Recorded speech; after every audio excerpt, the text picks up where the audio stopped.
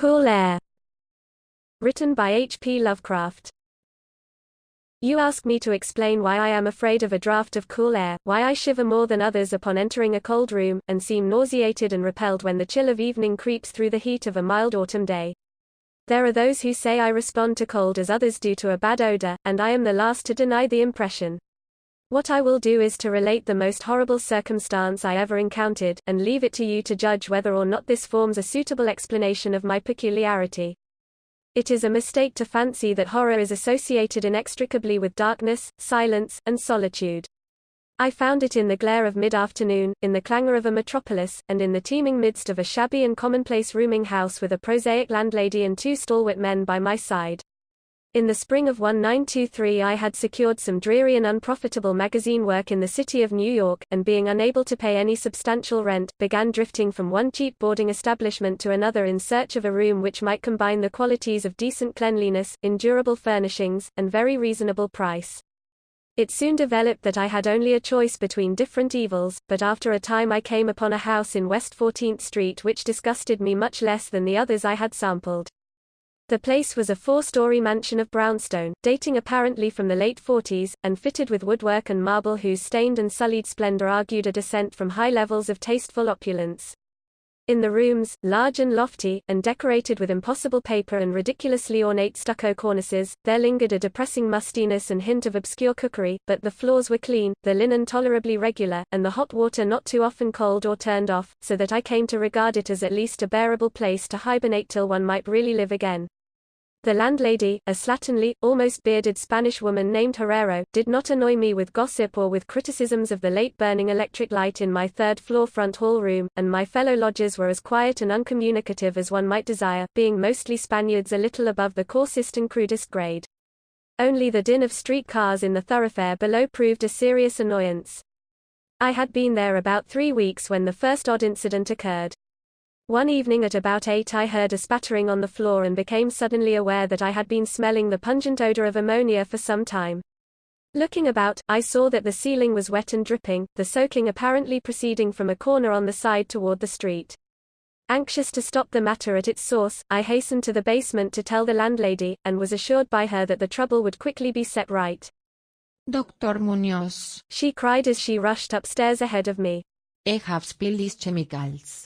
Is to sick for doctor himself, sicker and sicker all the time, but I will not have no other for help. Is very queer in his sickness. All day I take fanny's making bats, and I cannot get exit or warm. Only so no se more quedo. His little room are full of bottles and machines, and I only just no fix the arm of the plumber that get hurt of sudden, I never go out. Only on roof. And my boy Esteban bringing me food and laundry and medicines and chemicals. My God, the sal ammoniac that man uses for keeping cool. Mrs. Herrero disappeared up the staircase to the 4th floor, and I returned to my room. The ammonia ceased to drip, and as I cleaned up what had spilled and opened the window for air, I heard the landlady's heavy footsteps above me. Dr. Munoz I had never heard, save for certain sounds as of some gasoline-driven mechanism, since his step was soft and gentle. I wondered for a moment what the strange affliction of this man might be, and whether his obstinate refusal of outside aid were not the result of a rather baseless eccentricity. There is, I reflected tritely, an infinite deal of pathos in the state of an eminent person who has come down in the world. I might never have known Dr. Munoz had it not been for the heart attack that suddenly seized me one forenoon as I sat writing in my room. Physicians had told me of the danger of those spells, and I knew there was no time to be lost, so remembering what the landlady had said about the invalid's help of the injured workman, I dragged myself upstairs and knocked feebly at the door above mine. My knock was answered in good English by a curious voice some distance to the right, asking my name and business, and these things being stated, there came an opening of the door next to the one I had sought.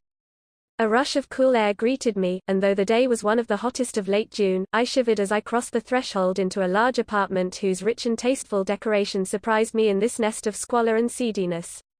A folding couch now filled its diurnal role of sofa, and the mahogany furniture, sumptuous hangings, old paintings, and mellow bookshelves all bespoke a gentleman's study rather than a boarding-house bedroom.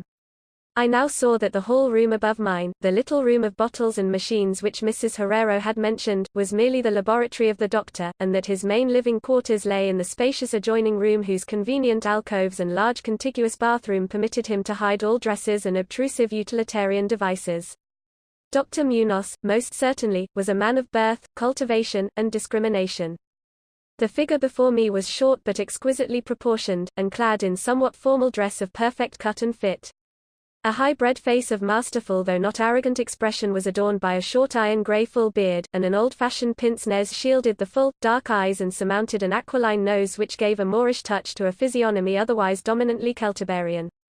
Thick, well-trimmed hair that argued the punctual calls of a barber was parted gracefully above a high forehead, and the whole picture was one of striking intelligence and superior blood and breeding. Nevertheless, as I saw Dr. Munoz in that blast of cool air, I felt a repugnance which nothing in his aspect could justify. Only his lividly inclined complexion and coldness of touch could have afforded a physical basis for this feeling, and even these things should have been excusable considering the man's known invalidism. It might, too, have been the singular cold that alienated me, for such chilliness was abnormal on so hot a day, and the abnormal always excites aversion, distrust, and fear. But repugnance was soon forgotten in admiration, for the strange physician's extreme skill at once became manifest despite the ice-coldness and shakiness of his bloodless-looking hands. He clearly understood my needs at a glance, and ministered to them with a master's deftness, the while reassuring me in a finely modulated though oddly hollow and timbreless voice that he was the bitterest of sworn enemies to death, and had sunk his fortune and lost all his friends in a lifetime of bizarre experiment devoted to its bafflement and extirpation. Something of the benevolent fanatic seemed to reside in him, and he rambled on almost garrulously as he sounded my chest and mixed a suitable draught of drugs fetched from the smaller laboratory room.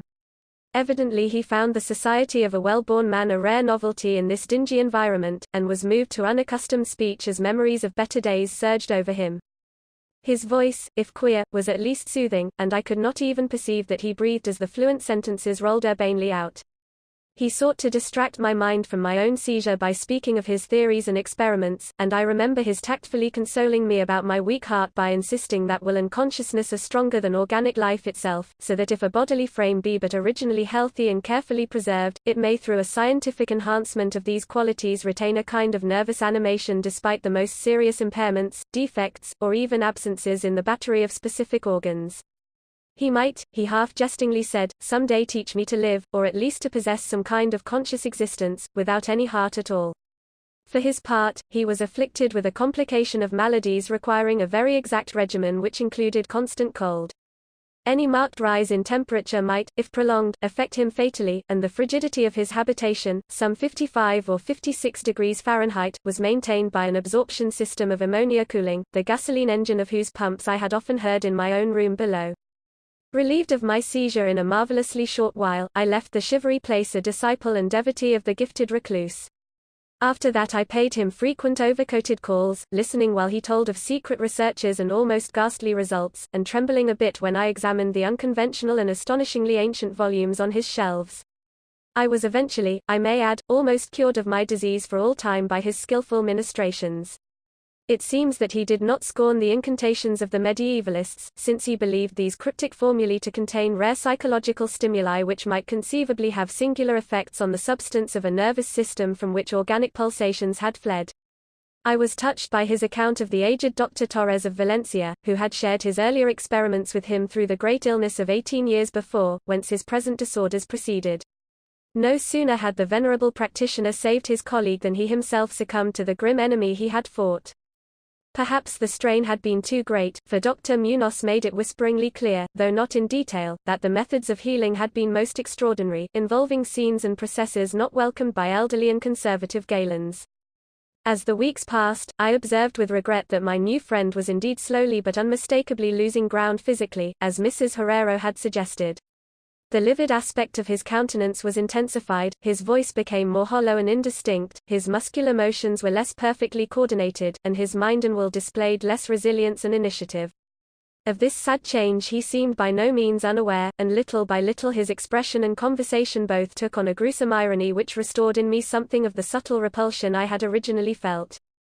He developed strange caprices, acquiring a fondness for exotic spices and Egyptian incense till his room smelled like the vault of a sepulchred pharaoh in the Valley of Kings. At the same time his demands for cold air increased, and with my aid he amplified the ammonia piping of his room and modified the pumps and feed of his refrigerating machine till he could keep the temperature as low as 34 degrees or 40 degrees and finally even 28 degrees, the bathroom and laboratory, of course, being less chilled, in order that water might not freeze, and that chemical processes might not be impeded. The tenant adjoining him complained of the icy air from around the connecting door, so I helped him fit heavy hangings to obviate the difficulty. A kind of growing horror, of outre and morbid cast, seemed to possess him. He talked of death incessantly, but laughed hollowly when such things as burial or funeral arrangements were gently suggested. All in all, he became a disconcerting and even gruesome companion, yet in my gratitude for his healing I could not well abandon him to the strangers around him, and was careful to dust his room and attend to his needs each day, muffled in a heavy ulster which I bought especially for the purpose. I likewise did much of his shopping, and gasped in bafflement at some of the chemicals he ordered from druggists and laboratory supply houses. An increasing and unexplained atmosphere of panic seemed to rise around his apartment.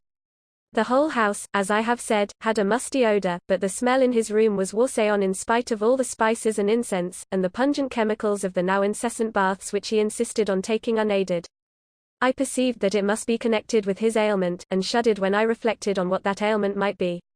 Mrs. Herrero crossed herself when she looked at him, and gave him up unreservedly to me, not even letting her son Esteban continue to run errands for him. When I suggested other physicians, the sufferer would fly into as much of a rage as he seemed to dare to entertain. He evidently feared the physical effect of violent emotion, yet his will and driving force waxed rather than waned, and he refused to be confined to his bed. The lassitude of his earlier ill days gave place to a return of his fiery purpose, so that he seemed about to hurl defiance at the death demon even as that ancient enemy seized him. The pretense of eating, always curiously like a formality with him, he virtually abandoned, and mental power alone appeared to keep him from total collapse. He acquired a habit of writing long documents of some sort, which he carefully sealed and filled with injunctions that I transmit them after his death to certain persons whom he named, for the most part lettered East Indians, but including a once celebrated French physician now generally thought dead, and about whom the most inconceivable things had been whispered. As it happened, I burned all these papers undelivered and unopened. His aspect and voice became utterly frightful, and his presence almost unbearable. One September day an unexpected glimpse of him induced an epileptic fit in a man who had come to repair his electric desk lamp, a fit for which he prescribed effectively whilst keeping himself well out of sight. That man, oddly enough, had been through the terrors of the Great War without having incurred any fright so thorough. Then, in the middle of October, the horror of horrors came with stupefying suddenness. One night about 11 the pump of the refrigerating machine broke down, so that within 3 hours the process of ammonia cooling became impossible. Dr. Munoz summoned me by thumping on the floor, and I worked desperately to repair the injury while my host cursed in a tone whose lifeless, rattling hollowness surpassed description. My amateur efforts, however, proved of no use, and when I had brought in a mechanic from a neighboring all-night garage we learned that nothing could be done till morning, when a new piston would have to be obtained. The moribund hermit's rage and fear, swelling to grotesque proportions, seemed likely to shatter what remained of his failing physique, and once a spasm caused him to clap his hands to his eyes and rush into the bathroom.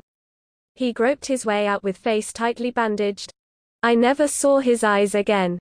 The frigidity of the apartment was now sensibly diminishing, and at about 5 a.m. the doctor retired to the bathroom, commanding me to keep him supplied with all the ice I could obtain at all-night drugstores and cafeterias.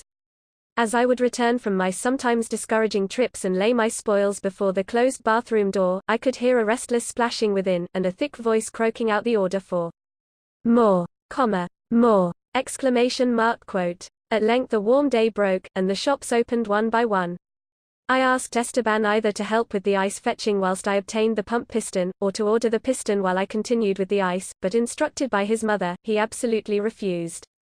Finally I hired a seedy-looking loafer whom I encountered on the corner of 8th Avenue to keep the patient supplied with ice from a little shop where I introduced him, and applied myself diligently to the task of finding a pump piston and engaging workmen competent to install it. The task seemed interminable, and I raged almost as violently as the hermit when I saw the hours slipping by in a breathless, foodless round of vain telephoning, and a hectic quest from place to place, hither and thither by subway and surface car. About noon I encountered a suitable supply house far downtown, and at approximately 1:30 p.m. arrived at my boarding place with the necessary paraphernalia and 2 sturdy and intelligent mechanics. I had done all I could, and hoped I was in time. Black terror, however, had preceded me. The house was in utter turmoil, and above the chatter of awed voices I heard a man praying in a deep basso. Fiendish things were in the air, and lodgers told over the beads of their rosaries as they caught the odor from beneath the doctor's closed door. The lounger I had hired, it seems, had fled screaming and mad-eyed not long after his second delivery of ice, perhaps as a result of excessive curiosity. He could not, of course, have locked the door behind him, yet it was now fastened, presumably from the inside. There was no sound within save a nameless sort of slow, thick dripping. Briefly consulting with Mrs. Herrero and the workmen despite a fear that gnawed my inmost soul, I advised the breaking down of the door, but the landlady found a way to turn the key from the outside with some wire device. We had previously opened the doors of all the other rooms on that hall, and flung all the windows to the very top. Now, noses protected by handkerchiefs, we tremblingly invaded the accursed south room which blazed with the warm sun of early afternoon. A kind of dark, slimy trail led from the open bathroom door to the hall door, and thence to the desk, where a terrible little pool had accumulated. Something was scrawled there in pencil in an awful, blind hand on a piece of paper hideously smeared as though by the very claws that traced the hurried last words. Then the trail led to the couch and ended unutterably. What was, or had been, on the couch I cannot and dare not say here. But this is what I shiveringly puzzled out on the stickily smeared paper before I drew a match and burned it to a crisp, what I puzzled out in terror as the landlady and two mechanics rushed frantically from that hellish place to babble their incoherent stories at the nearest police station. The nauseous words seemed well nigh incredible in that yellow sunlight, with the clatter of cars and motor trucks ascending clamorously from crowded 14th Street, yet I confess that I believed them then. Whether I believe them now I honestly do not know. There are things about which it is better not to speculate, and all that I can say is that I hate the smell of ammonia, and grow faint at a draught of unusually cool air. The end. Ran that noisome scrawl. Is here. No more ice. The man looked and ran away. Warmer every minute, and the tissues can't last. I fancy you know what I said about the will and the nerves and the preserved body after the organs ceased to work. It was good theory, but couldn't keep up indefinitely. There was a gradual deterioration I had not foreseen. Dr. Torres knew, but the shock killed him. He couldn't stand what he had to do. He had to get me in a strange, dark place when he minded my letter and nurse me back. And the organs never would work again. It had to be done my way. Artificial preservation. For you see I died that time, 18 years ago.